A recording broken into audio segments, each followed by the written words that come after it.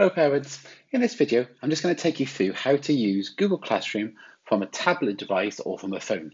Now I'm going to be demonstrating from an iPad, but I understand this works in a very similar way for a tablet and also for most mobile phones where you can download the appropriate apps from the App Store. Now I can't show you with the mouse where things are, so I'll describe where things are on the screen before I click on them and demonstrate them to you. First of all, you'll need to download the appropriate apps. So you can see here's my screen, and the ones you'll need are on top left. It's useful to have Google Drive. You would also need to have Google Meet. And then on the second row, you'll see you need to have Google Classroom, Google Docs, Google Sheets, and Google Slides. It can also be useful to download the Outlook app because that's how they receive their hub email. Now, to access Google Classroom, click on the Google Classroom tab, an app, and you'll see that you can be signed in. Now, I've got a number of accounts signed in on this iPad. You get to the accounts by clicking on the top right-hand corner, and it's usually got a letter there. Now, you can see I've got a number of accounts here. You can go down to the bottom, which says Add an Account, and then use your child's hub address and their hub password to access the account. It will often call it a Google sign-in, but it's really important that you always use your child's hub address to do this. Otherwise, they won't be able to access the work within the classrooms. Now, I've already got these set up, so I'm not going to add. I'm going to go to one of my accounts. Now, I'm going to go to a child's account so that I can demonstrate as a child would see it. Now, when you log into Google Classroom, you will see the accounts, the Google Classrooms that your child has. Probably there'll only be one here. When you first go into Google Classroom, you will see that it goes to the stream. Now, at the bottom of the screen, you'll see there's three options. There's stream, classwork, and people. Now, you'll very rarely use the people, but you will use a stream and the classwork. The stream are where teachers may post up messages or where the children may post up things and you can see them. It looks a little bit different than it does on the computer. You'll see, for example, we posted a video here.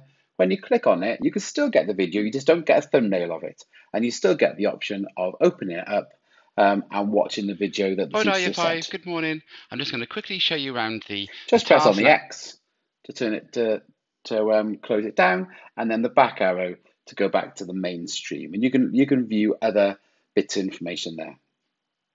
Then on the bottom, you click on the classwork tab, and this takes you to all of the work that your child has been set on Google Classroom. Now, I'm going to show three different examples, the three main examples that the teachers will be using when setting work.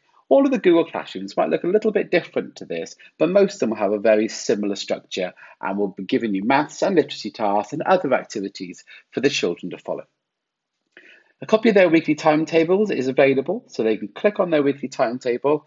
And again, this is in a PDF format and it shows it on the screen. So they can go and have a look at doing that. To get rid of it, just press on the X at the top left and then press on the back arrow to get back to the classwork page.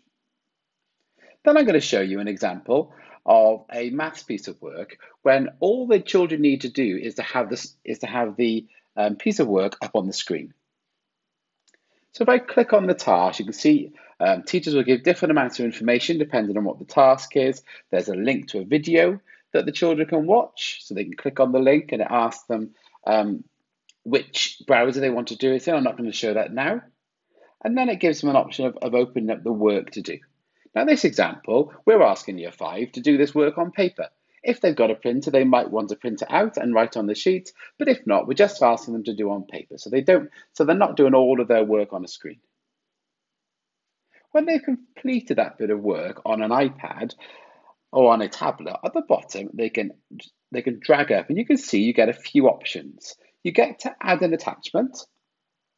So we ask Year 5 to send us a photograph of their completed work. So they go to add attachment, and if you've already taken a photo, you can go pick photo, or if you haven't taken a photo, you can say use camera, and you can then take a photograph of the work that you've done. This is really good if the teachers have asked to make a model or do something else not on the computer that you want to share with your teacher.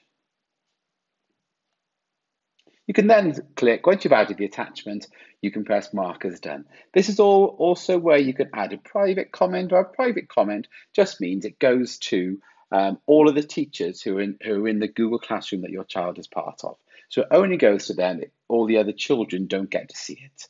You can see there's a place to write. There's also a place to write some general comments, although there's not an access to that on here. So that's one example when you need to add a photo. Now, it might be really good if your child is working off the screen completely and is making something.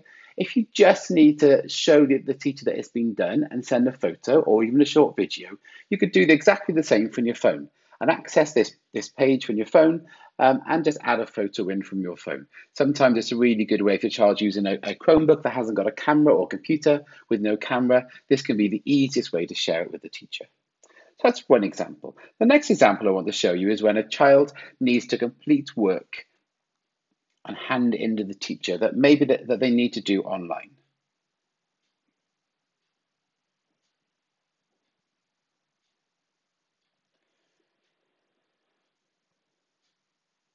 Now, in this example, again, there's an introduction, and then it's a how to use apostrophe. So we've given a video that you can watch. When you drag up this time, you can then see that there is the work that the children have to complete. So in this example, it's got the child's name, and they can click on it. Now, when they first click on it, and this is to be completed on Google Classroom, it's actually using Google Docs, it will open up. And when it first opens up, it just goes into a viewing mode. So you're able to see what's there. This work's already been completed, but you can't actually write on this. So even though you click on the screen, you can't write on this work. At the top right-hand corner, you'll see there's a square with an arrow. If you press on that square, it opens it up in Google Docs. Now then, there are different accounts, and you can actually see that this is now opened up into a different account. Now, as it happens, this account that has opened up into works, but sometimes if you have one of your accounts that are not linked to the Google Classroom, then it won't work. It will ask you to switch accounts. So just if you get a message saying it can't get access, request access, you don't need to request it. It means somewhere there's a problem with which Google account you're in. So make sure you're in the right Google account to complete that work. When you've done that, sometimes you need to double click on the home button to get back to the task. Now, when it's completed, you can then go back to the Google Classroom. It automatically saves the work and you can press submit. In this example, it's got unsubmit because it's already been submitted, but you just then press submit or hand it in. Again, if you decided to do the work on paper, you can add an attachment and send it in.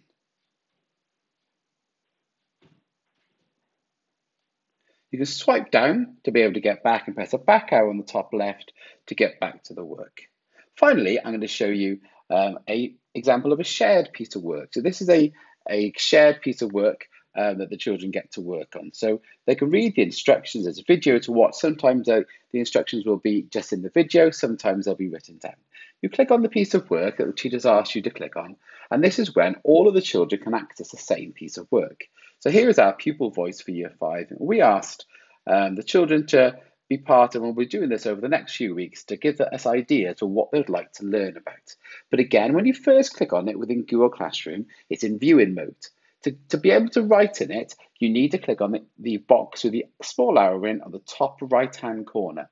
So click on that arrow, and it opens up in Google Sheets. Now, as long as you're in the right account now in Google Sheets, it will allow you to go and to start editing it. So on an iPad, it can be a little bit more tricky sometimes to edit things, but they can go to it, I can click on it, and you can see the keyboard comes, and they can start writing. And I'll just say test video because I'm showing you a video. Now, it might be useful if you've got an iPad to get one of those Bluetooth keyboards. They're about £9 or £10 for a cheap version, and it just means they get the whole screen and they're able to type like they have on a computer. Now, again, this automatically saves. There's no need for them to save. They can just press on the back arrow, which takes them out of there. They can double click on the home screen, and they can go back to Google Classroom. Back in Google Classroom, they can press on the X and they can go back to the main areas. Now, this is exactly the same for all of the different tasks that the children will have to do. All of the tasks will work in this way. Finally, we'll be going on to some live lessons and video calling, and you're able to access this as well from a a tablet device, or a phone. If you've downloaded Google Classroom, you'll see there's a little camera button on the top right-hand side. You can press on this camera button and join. It takes you to Meet. This is why you need Meet installed, and you'll be able to access your child's live lesson or video call in this way. Now, in this example, they're not allowed to join the meeting because the teacher hasn't started it. Children can't join the meetings until they start. But you're also able to access the live lessons and the video calls in this way. Hope that helps. Just to recap, these are the really important apps you need to make sure you've got. So going along the top, you need to have Drive, you need to have Meet, you need to have Classroom, Google Docs, Google Sheets, and Google Slides. Some teachers might start using Jamboard or may ask you to download other apps. You're able to download the Outlook app and use a child's hub address and password to be able to receive their hub emails in a separate app to save them logging all the time all the way in through Hub. Hope this helps. Any problems, please contact the school.